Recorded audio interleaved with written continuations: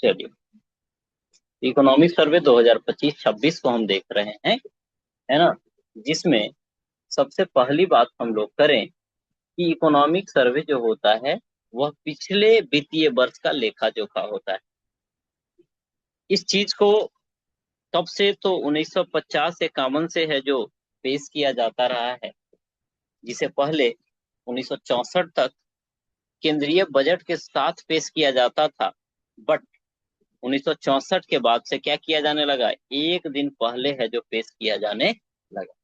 और इस बार जो इकोनॉमिक सर्वे पेश हुआ 29 जनवरी 2026 को वित्त मंत्री हमारे हैं निर्मला सीतारमन, इनके द्वारा किया जाता है। और और यह जो है तैयार हुआ, मुख्य आर्थिक सलाहकार हैं बी अनंत नागेश्वरन, इनके मार्गदर्शन में। ठीक है, इसके बाद है जो हम आगे बढ़े तो इसमें हम चर्चा करें क्या कि जीडीपी में हमारा जो वृद्धि दर वह क्या रहा है। तो जीडीपी में वृद्धि दर जो हमारा रहा है, ठीक है, उसमें एक 24-25 का अंतरिम अनुमान, फिर 25-26 में अग्रिम अनुमान वाला, और आगे आने वाले 26-27 के लिए एक्सपेक्टेड की बात की गई। हमने यहाँ पे एक तौर तरीका अपनाया कि 25 है, 24-25 5 से खत्म हो रहा है, तो यहाँ स्टार्ट 6 से हो जाएगा, 6.5। यहाँ देखिए 26 है तो 6 नहीं 7, ठीक है, 7.4 करके याद रखेंगे। और 26-27 वाला यहाँ है तो इसमें 6 भी और 7 भी दोनों आ जाएगा, 6.8 से 7.2 वाला। ठीक है, तो कुछ तरीका अपना करके ऐसे याद रखा जा सकता है। इसके बाद है जो फिर अलग अलग क्षेत्रों में भारत का हिस्सा की बात हम लोगों ने किया, जिसमें सबसे पहले बात किया कि दूसरे नंबर पे है किसमें, सीमेंट के प्रोडक्शन में, सीमेंट में दूसरे नंबर पे है। तीसरे नंबर में बात किया मेडिसिन, एम से मेडिसिन, एम उलट दीजिए 3 जैसा हो जाएगा। चौथे नंबर पे है किसमें, तो विदेशी मुद्रा भंडार में, फॉरेन एक्सचेंज रिजर्व, और रेल में चौथे नंबर पे। छठे में संस्कृत से बात किया था, क्लास 6 में हम लोग पढ़ना शुरू कर देते हैं, तो छठे में संस्कृति एवं मनोरंजन सेवा। फिर एक और छठे में तो क्या है, वस्त्र एवं परिधान वाला। इसके बाद आठवें में क्या है, निर्माण सेवा वाला। कौन है, निर्माण सेवा वाला 8वें नंबर पे। अब देखिए इसकी अगली कड़ी में हम लोग चले तो हमें पूरा इंडियन इकोनॉमी पे एक नजर डालना होगा, जो कि अति इम्पोर्टेंट है। तो सबसे पहली बात आती है कि जीडीपी में वृद्धि दर, जीडीपी में वृद्धि दर, इसमें सबसे पहली बात की 24-25, 25-26 और 26-27। 24-25, 25-26 और 26-27 अभी हम लोगों ने बात किया, 5 से लास्ट कर रहा है, 6 से शुरू कर दीजिए तो 6.5। 25-26 6 से लास्ट कर रहा है, एक बढ़ा करके शुरू करना है 7.4।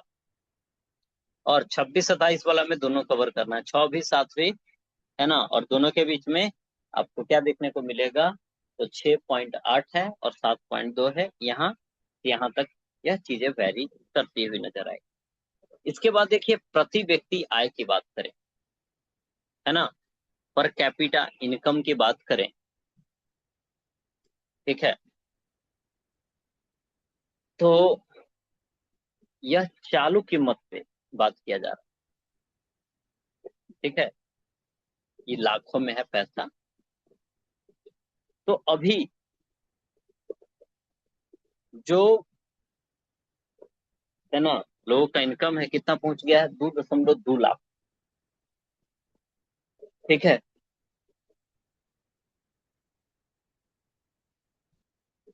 23-24 में 1.89, यानी 1,89,000, फिर हुआ 2,05,000।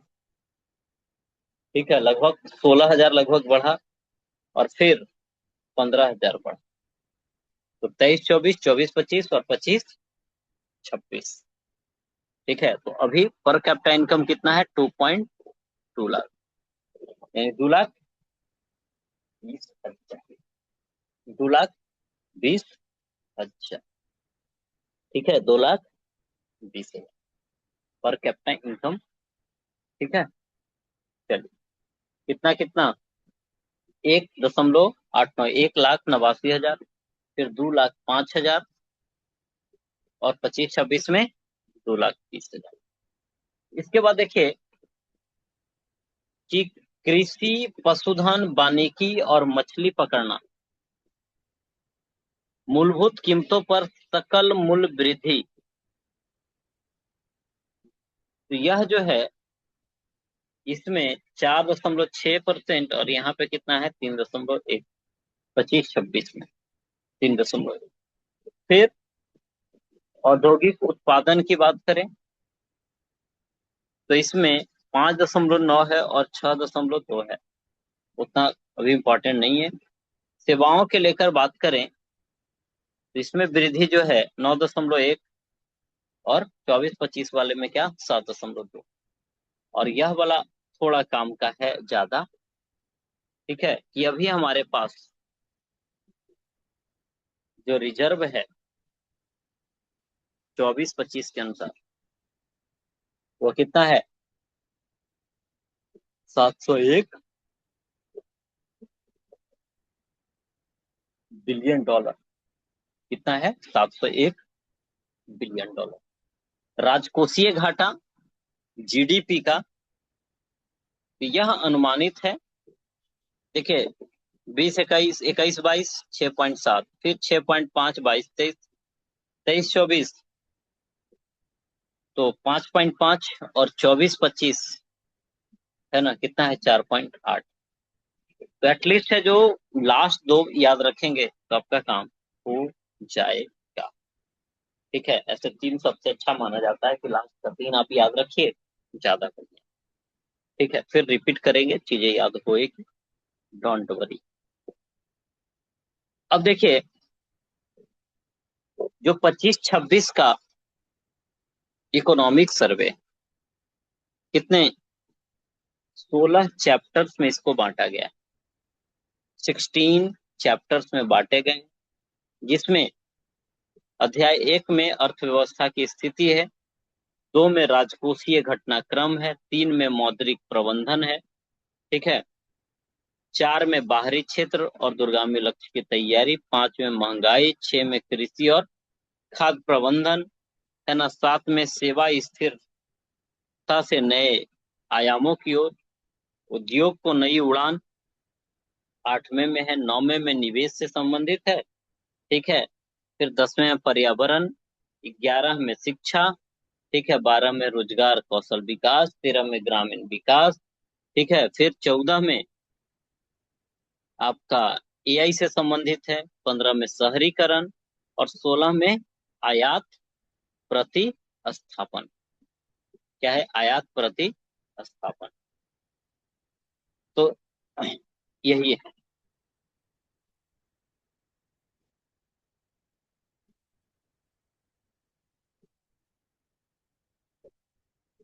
ठीक है, ज्यादा है नहीं, फिर भी है, लेकिन आप जब एक रीडिंग दे देंगे, सुन लेंगे, उसके बाद चीजों को रिवाइज करना आसान हो जाएगा। तो सबसे पहली पार्ट को हम लोग कवर करते हैं, और धीरे धीरे कवर करते चले जाएंगे। तो इत्मीनान से थोड़ा सा धैर्य रखना पड़ेगा। ठीक है, बाद में आप रिवीजन कीजिएगा, अपने साथ बुक को रखेंगे, चीजों को अंडरलाइन करते हुए, है ना, फिर उसी का शॉर्ट नोट तैयार कर लेना और काम हो जाएगा। चलिए, तो अध्याय हम 1 की ओर बढ़ते हैं। वैश्विक वातावरण के चुनौतीपूर्ण होने के बावजूद अर्थव्यवस्था की वृद्धि दर अनुमान से क्या रही है, अधिक रही है। हालांकि भू राजनीतिक तनाव के कारण, है ना, व्यापारिक और वित्तीय जोखिम अभी भी बने हुए हैं। इस विषम परिस्थिति में भी भारत का प्रदर्शन सराहनीय रहा है, और जीडीपी कितना, 7, और जीवीए कितने, 7.3% की वृद्धि का क्या है, अनुमान। जीडीपी में 7.4 और जीबीए में 7.3। ठीक है। भारत लगातार चौथे वर्ष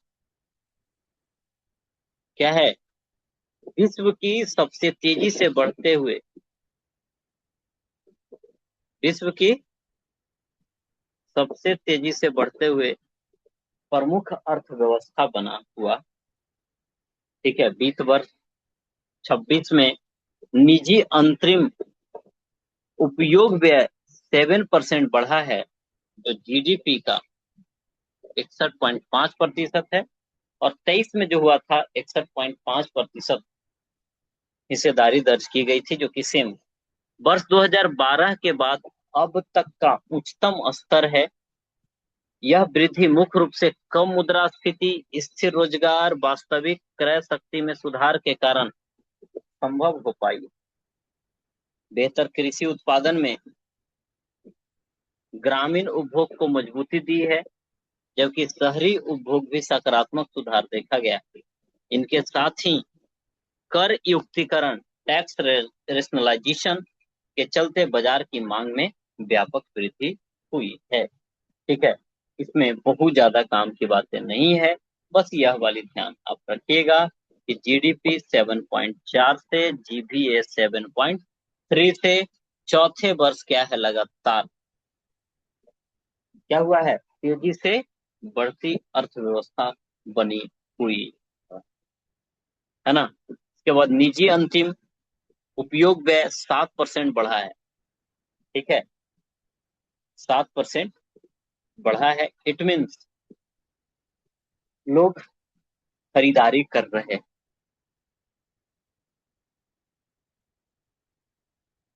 खरीदारी कब करते हैं लोग, जब उनके पास पैसा होता है। ठीक है। तो इस चीज को यह बता रहा।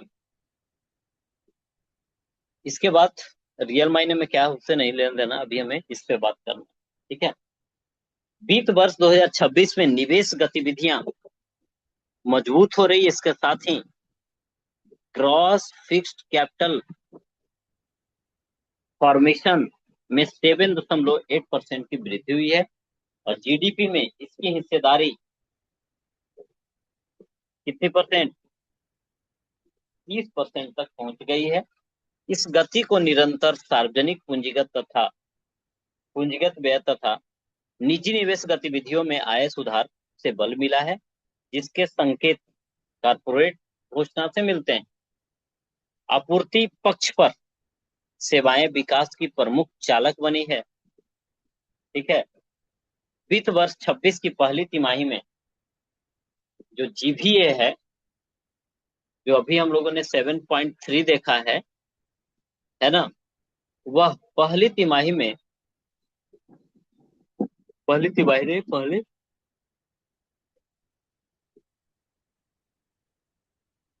छमाही में कितना, 9.3% की वृद्धि देखी गई है, जबकि पूरे राजकोषीय वर्ष में इस वृद्धि का जो अनुमान है 9.1, यानी अच्छा काम कर रहा है। पूरे राजकोषीय वर्ष में 9.1 है अनुमान, और शुरू वाला में 9.3 अचीव कर लिया है।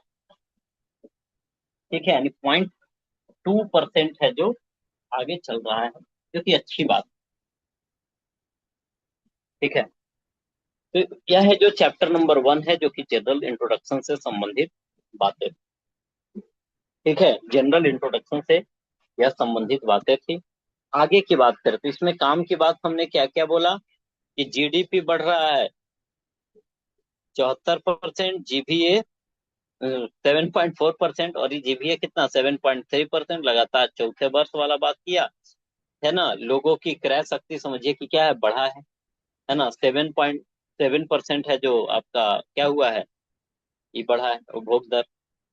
बाकी है ना, ये सब है जो अच्छा काम कर रहा है। जीबीए वाला पार्ट 9.3% से क्या हुआ है, वृद्धि दर देखने को मिला है पहली छमाही में। इसके बाद देखिए राजकोषीय घटनाक्रम विश्वसनीय समेकन के माध्यम से स्थिरता सुनिश्चित करना।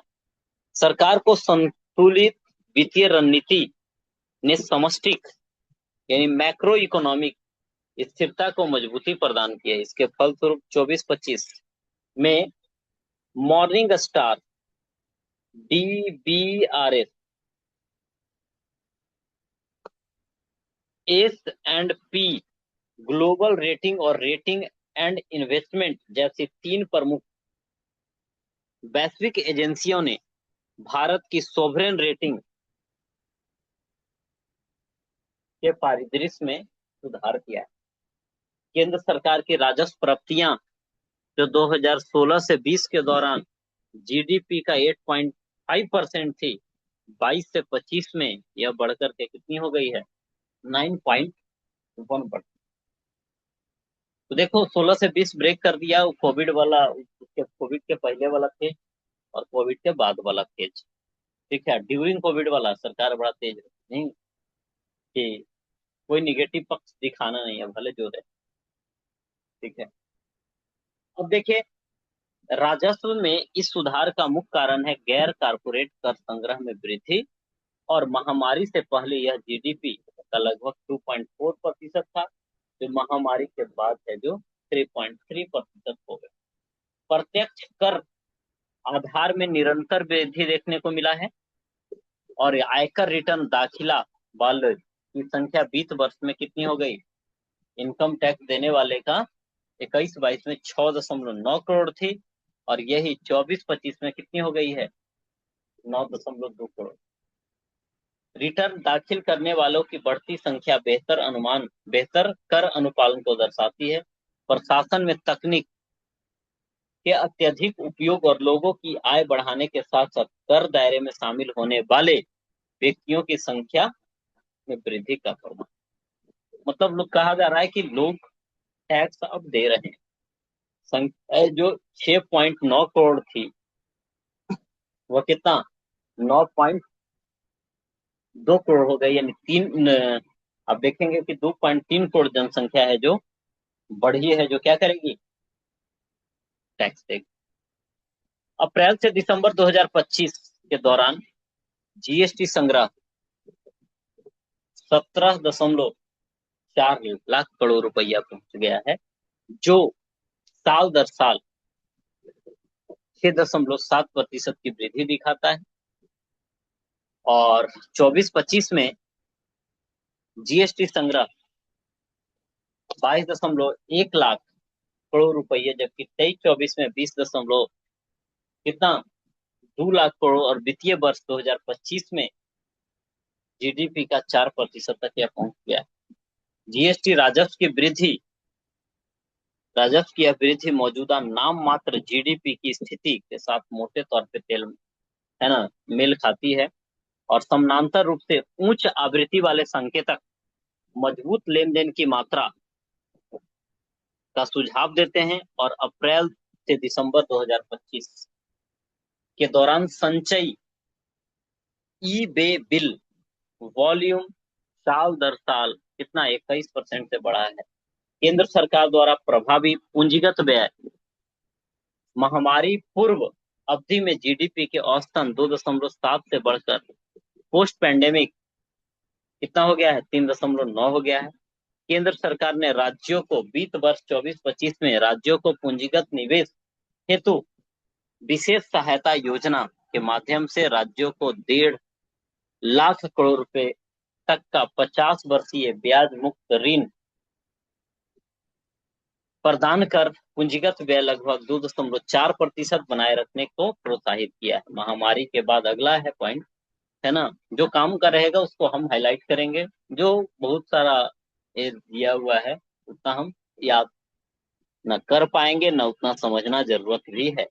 महामारी के बाद अवधि में राज्य सरकारों का संयुक्त राजकोषीय घाटा GSDP का 2.8% पर स्थिर रहा। हालांकि हाल के वर्षों में यह बढ़कर 3.2 हो गया है 25 में, जो राजवित्त के उभरते दबाव को बताता है।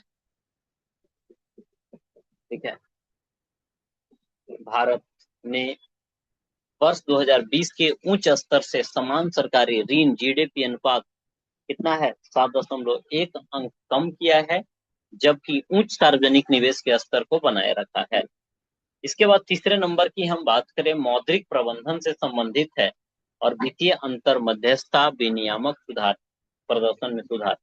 मौद्रिक प्रारूप की बात करें तो वर्ष 2026 यानी अप्रैल से दिसंबर 25 के दौरान भारत के मौद्रिक और वित्तीय क्षेत्रों में शानदार प्रदर्शन देखा गया है। बैंकिंग क्षेत्र में प्रदर्शन की बात करें तो अनुसूचित वाणिज्यिक बैंक की परिसंपत्ति गुणवत्ता में उल्लेखनीय सुधार दर्ज किया गया है। सितंबर 2025 तक जीएनपीए अनुपात घटकर 2.2 और शुद्ध एनपीए कितना रह गया है, 0.5% रह गया है, जो कि कई दशकों में यह न्यूनतम स्तर पे है। 31 दिसंबर 2025 तक अनुसूचित वाणिज्य बैंक का बकाया ऋण वार्षिक वृद्धि 14.5% रही है, जो दिसंबर 2024 के 11.2% की तुलना में अधिक है। अगला है वित्तीय समावेशन को लेकर के, प्रधानमंत्री जनधन योजना 2014 में शुरुआत हुआ था। इसके तहत मार्च 2025 तक 55 करोड़ से अधिक खाते खोले जा चुके हैं, जिसमें 36.63 करोड़ जो है वह क्या है, ग्रामीण और अर्ध शहरी क्षेत्रों में है। ठीक है, 55 करोड़ खाता खुला है भाई। इस योजना ने बैंकिंग सेवाओं से वंचित आबादी के लिए आधारभूत बचत और लेन देन ढांचा सफलतापूर्वक स्थापित किया। ठीक है, स्टैंड अप इंडिया की बात करें तो जनधन अच्छा ही कदम था, है ना, सरकार का, कि कम से कम लोगों के पास क्या हो, कदम तो अच्छा होता ही है, बट उसका मिसयूज होना ये दिक्कत वाली बात हो जाती है। ठीक है, आगे देखिए स्टैंड अप इंडिया। अब सुनने में तो अच्छा लगेगा, लेकिन धरातल पर चीजें कितनी उतरती है, मैटर यह करता है। अब देखिए स्टैंड अप इंडिया योजना एससी एसटी और महिला उद्यमियों को ग्रीनफील्ड उद्यम, ग्रीनफील्ड जहां जाए टर्म मतलब समझिए कि नया, तो ग्रीनफील्ड उद्यम स्थापित करने के लिए 10 लाख रुपए से 1 करोड़ तक का स्टैंड अप में क्या है, क्या दिया जाएगा, बैंक ऋण दिया जाएगा। कितना कितना ऋण दिया जाएगा, तो स्टैंड अप में 10 लाख से 1 करोड़ तक। पीएम स्वनिधि योजना, प्रधानमंत्री स्ट्रीट वेंडर आत्मनिर्भर निधि योजना के तहत सड़क विक्रेताओं, रेहड़ी पटरी वालों को बिना किसी जमानत के कार्यशील पूंजी ऋण प्रदान किया जा रहा है। हालिया अपडेट के अनुसार इस योजना को मार्च 2030 तक बढ़ा दिया गया है। रेहड़ी पटरी वाले जो हैं इनके लिए पीएम स्वनिधि है। स्टैंड अप योजना एससी एसटी महिला, ठीक है, जो नया कारोबार शुरू करना चाहते हैं उन्हें पैसा मिलेगा कितना, 10 लाख रुपए से 1 करोड़ तक। प्रधानमंत्री मुद्रा योजना, यह जो है आपका सूक्ष्म एवं लघु उद्योग को वित्त पोषित करती है, जिसमें 55.45 करोड़ ऋण खाताओं के माध्यम से 36.18 लाख करोड़ रुपए से अधिक की राशि वितरित की जा चुकी है। वित्तीय क्षेत्र की अन्य पहलू की बात करें तो दिसंबर 2025 तक कितने 2.35 नए डीमेट अकाउंट जोड़े गए हैं और इस प्रकार से 21.6 करोड़ है जो संख्या हो गई। इसमें देखेंगे तो सितंबर 2025 तक विशिष्ट निवेशक की संख्या 12 करोड़ तो पार कर गई है, जिनमें महिलाएं 1/4, म्यूचुअल फंड उद्योग का भी विस्तार हुआ है और दिसंबर 25 के अंत तक 5.9 करोड़ अद्वितीय यानी यूनिक इन्वेस्टर थे।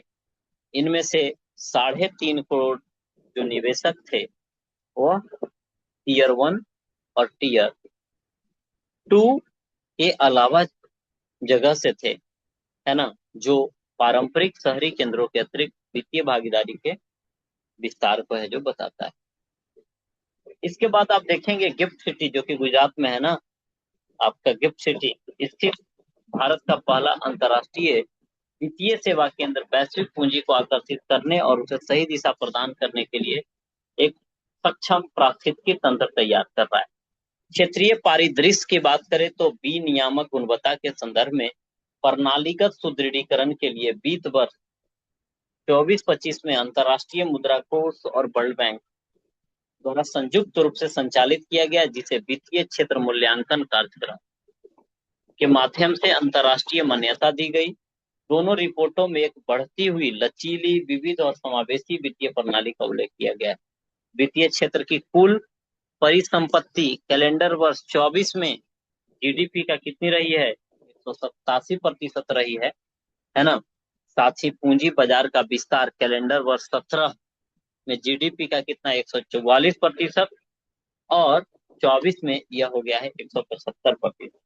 मूल्यांकनों में यह भी पाया गया कि बैंक और एनबीएफसी गंभीर तनाव की स्थितियों में भी पर्याप्त पूंजीगत बफर बनाए रखने में सक्षम। ठीक है, अगला है बाहरी क्षेत्र दूरगामी लक्ष्य की तैयारी।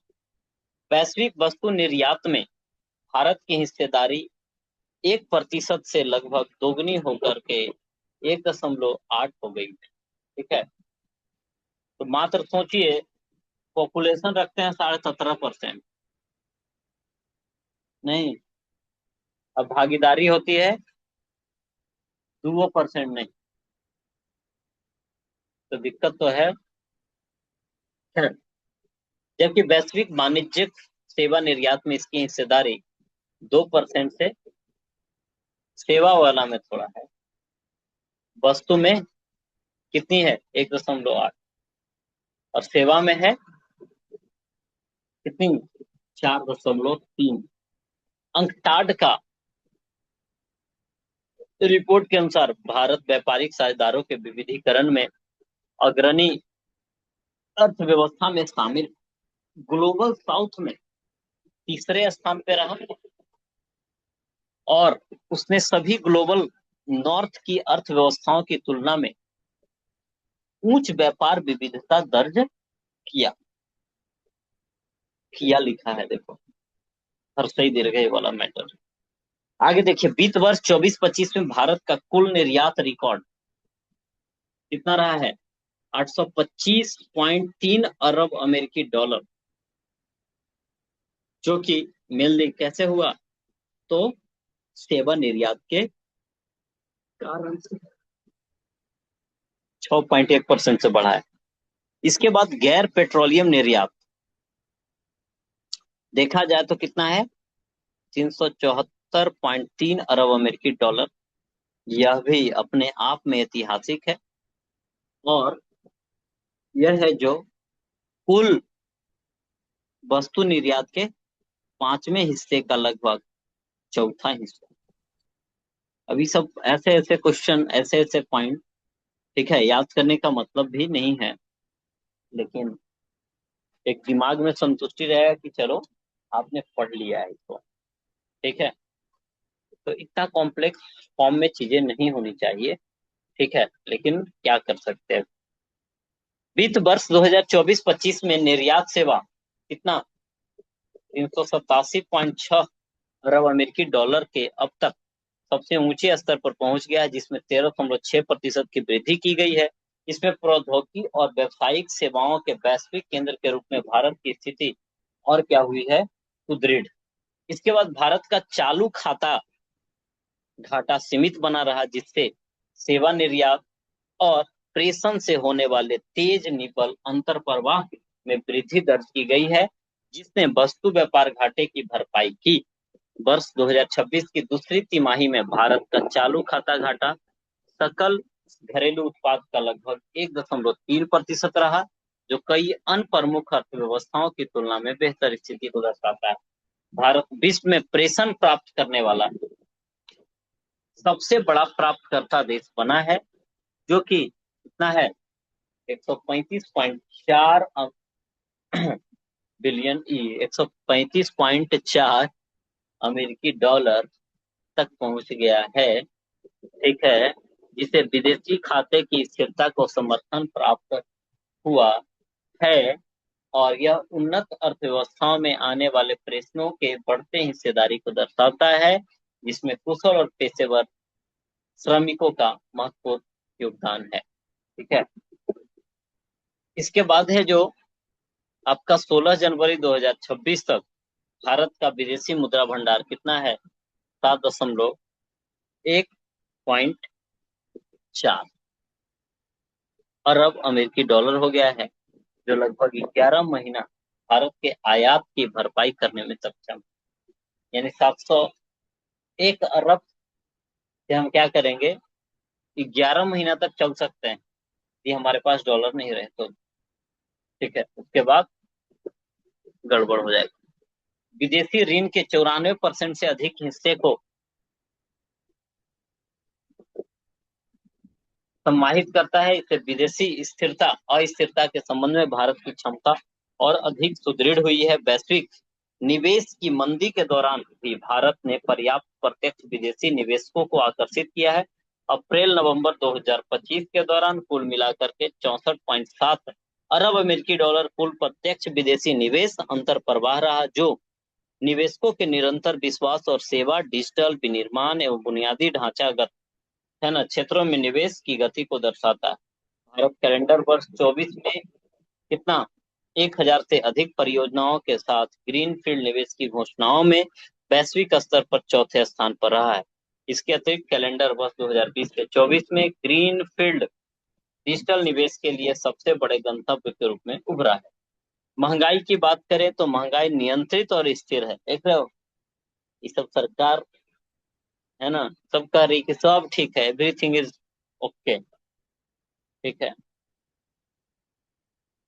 जब तक लोगों का प्राण न निकल जाए। नहीं, चलिए, कई लोग का कहना होता है कि इसमें सरकार क्या कर सकती है। सरकार यही तो है, जब ऐसा लोग बोलने लगे तो फिर आंसर तो ऐसा ही आता है ना, तो सरकार की इसका मतलब फिर जरूरत ही नहीं है कि नहीं? सरकार बहुत कुछ करती है, कर सकती है, मैनेजमेंट के लिए ही तो भेजा जाता है। भारत ने सीपीआई उपभोक्ता मूल्य सूचकांक श्रृंखला की शुरुआत के बाद अब तक की सबसे कम मुद्रास्फीति दर दर्ज की है। अप्रैल से दिसंबर में महंगाई कितनी रही है? 1.7। मुद्रा मुद्रास्फीति में आई इस कमी का मुख्य कारण है भोजन और ईंधन के मूल्यों में गिरावट देखने को मिलेगा, और यह दोनों घटक मिलकर के उपभोक्ता मूल्य सूचकांक के बास्केट का हिस्सा कितना 52.7% हिस्सा बनाते हैं। प्रमुख उभरती और विकासशील अर्थव्यवस्था की तुलना में भारत ने 2025 में मुद्रास्फीति में सबसे तीव्र गिरावट दर्ज की है। 24 की तुलना में 25 में यह गिरावट 1.8% अंक के बराबर। कृषि और खाद्य प्रसंस्करण की बात करें, वर्ष 2015 और 24 के बीच पशुपालन क्षेत्र में महत्वपूर्ण विकास हुआ है, जिसके परिणाम स्वरूप उसके सकल मूल्य वर्धन में लगभग 195% की वृद्धि दर्ज की गई है। मत्स्य पालन क्षेत्र ने भी उत्कृष्ट प्रदर्शन किया है, जिसमें मछली उत्पादन में 14 से 24 के दौरान कितना 140% से अधिक की वृद्धि हुई है। पिछले दशक में तुलनात्मक रूप से क्या कम देखी गई, पहले कम था लेकिन अब मछली उत्पादन में वृद्धि हुआ है। अच्छे मानसून के कारण से कृषि 24-25 के दौरान कुल खाद्यान्न उत्पादन जो है 357 पॉइंट कितना 73 लाख मीट्रिक टन तक पहुंचने का अनुमान है, और यह पिछले वर्ष की तुलना में कितना 254.3 आपका एमएमटी की वृद्धि को दर्शाता है। वृद्धि चावल में, गेहूं में, मक्का में, मोटे अनाज यानी श्री अन्न में बढ़ोतरी के कारण से असंभव हो पाया है। खाद्यान्न उत्पादन में वृद्धि के बावजूद बागवानी क्षेत्र कृषि जीविका का एक प्रमुख चालक बनकर उभरा है। कृषि क्षेत्र में हिस्सेदारी लगभग इसकी 33% है, और बागवानी उत्पादन कितना 362.08 है ना मिलियन टन तक पहुंच गया है, जो अनुमानित खाद्यान्न उत्पादन 357.73 से भी अधिक है। सरकार कृषि विपणन और अवसंरचना में दक्षता सुधार लाने के लिए आपका ISA के तहत कृषि विपणन अवसंरचना उप योजना और कृषि अवसंरचना कोष को लागू कर रही है। इसका उद्देश्य खेत के स्तर पर सुविधाओं को मजबूत करना और निजी क्षेत्र की भागीदारी को प्रोत्साहित करना है। राष्ट्रीय कृषि बाजार यानी ई नाम योजना के माध्यम से बाजारों की पहुंच को बेहतर बनाया है। 31 दिसंबर 2025 तक इस पोर्टल से लगभग 1.79 करोड़ किसान, है ना, 2.72 करोड़ व्यापारी और 4698 FPO जुड़ चुके हैं। 23 राज्य, 4 संशासित प्रदेश की 1500 कितना 22 मंडी इसमें ई नाम के तहत आ गई है। इसके बाद है जो हम बात करें तो अनिवार्य फसलों के लिए क्या किया है, न्यूनतम MSP। इसके अतिरिक्त प्रधानमंत्री किसान सम्मान निधि के माध्यम से किसानों की आय को समर्थन दिया जा रहा है। ठीक है, 21 किस्त जारी कर चुके हैं बजट के अनुसार, लेकिन अभी वर्तमान में देखोगे ना कितना 23 किस्त है जो जारी हो गया। कितना 23 किस्त, तो फरवरी का ही डाटा इसमें है ना। ठीक है, लेकिन अभी तक देखेंगे कितना 23 किस्त है जो जारी हो। ठीक है, इसमें पैसा जो है इकोनॉमिक सर्वे के अनुसार 4.09 लाख करोड़ रुपए से अधिक राशि दी गई। किसानों की आय सुरक्षा के साथ उन्हें सामाजिक सुरक्षा भी प्रदान की जाती है। इसके लिए क्या है, प्रधानमंत्री किसान मानधन योजना है, जैसी मासिक पेंशन दिया जाता है। और 31 दिसंबर 2025 तक इस योजना के अंतर्गत 24.92 लाख किसान पंजीकृत थे। सरकार ने विकसित भारत रोजगार एवं आजीविका मिशन ग्रामीण की गारंटी अधिनियम 2025 को अधिनियमित किया है और इसका नाम बदल के क्या किया है, विकसित भारत जी राम जी अधिनियम 2025, जो कि आप देखेंगे कि मनरेगा का एक व्यापक वैधानिक पुनर्गठन है, जिसका उद्देश्य ग्रामीण रोजगार को विकसित भारत 2027 की दीर्घकालिक परिकल्पना के अनुरूप बनाना है। इसका मुख्य उद्देश्य जवाबदेही को क्या करना है, मजबूत अवसंरचना, परिणामों में सुधार करना और आय की सुरक्षा को है जो बढ़ाना है। इसमें देखेंगे कि 2025 का जो यह बीबीजी रामजी है ग्रामीण रोजगार नीति भारत के निर्णायक बदलाव को दर्शाता है। हालांकि मनरेगा सहभागिता, डिजिटलीकरण, पारदर्शिता के मामले में जनता के बीच काफी लोकप्रिय रहा है, लेकिन इसकी कुछ कमियों के कारण से आप देखेंगे कि इसका प्रभाव उतना ज्यादा नहीं है जितना कि होना चाहिए। सेवा स्थिरता और नया आयाम की ओर चले तो 7वें नंबर पे यह है ना। सकल घरेलू उत्पाद में सेवाओं की हिस्सेदारी आप देखेंगे तो बढ़कर के सेवा क्षेत्र का कितना हो गया है, 53.6% हो गया। सेवा यानी तृतीय टर्शियरी सेक्टर है, जो कि आपका हिस्सेदारी कितना है, 53.6, जबकि सकल मूल्य वर्धित यानी GPA में, ठीक है, GDP में 53.6 और इसमें कितना है, GVA वाला में 56.4। दुनिया का 7वां सबसे बड़ा सेवा निर्यातक है ना। 2005 के वैश्विक सेवाओं के व्यापार में इसकी हिस्सेदारी 2%, सेवा वाला से हम लोगों ने बात किया था कि 4.3% से बढ़ा है। सेवा क्षेत्र की बात करें, FDI का सबसे बड़ा प्राप्तकर्ता बना हुआ है।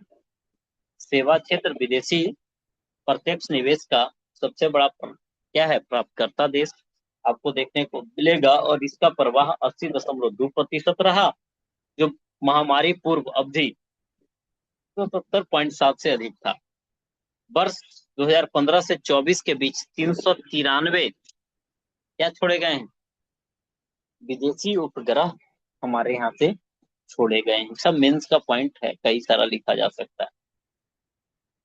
इसके बाद देखिए उद्योग की नई उड़ान, संरचनात्मक रूपांतरण और वैश्विक एकीकरण।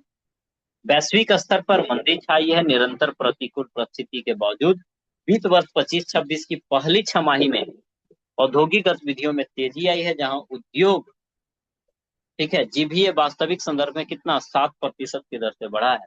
विनिर्माण क्षेत्र की विकास दर में तेजी से है ना, तेजी आई है। और वित्त वर्ष 25-26 की पहली तिमाही में 7.2%, दूसरी तिमाही में 9.13%, जो संरचनात्मक सुधार को क्या दर्शाता है ना। उत्पादन से जुड़ी प्रोत्साहन, पीएलआई योजनाओं को 14 क्षेत्रों में लागू 2 लाख करोड़ रुपए से अधिक का वास्तविक निवेश को आकर्षित किया, जिसके परिणाम स्वरूप कितना सितंबर 2025 तक 18.7 लाख करोड़ रुपए से अधिक अतिरिक्त उत्पादन वृद्धि हुई है और 12.6 लाख से अधिक रोजगारों का सृजन हुआ है।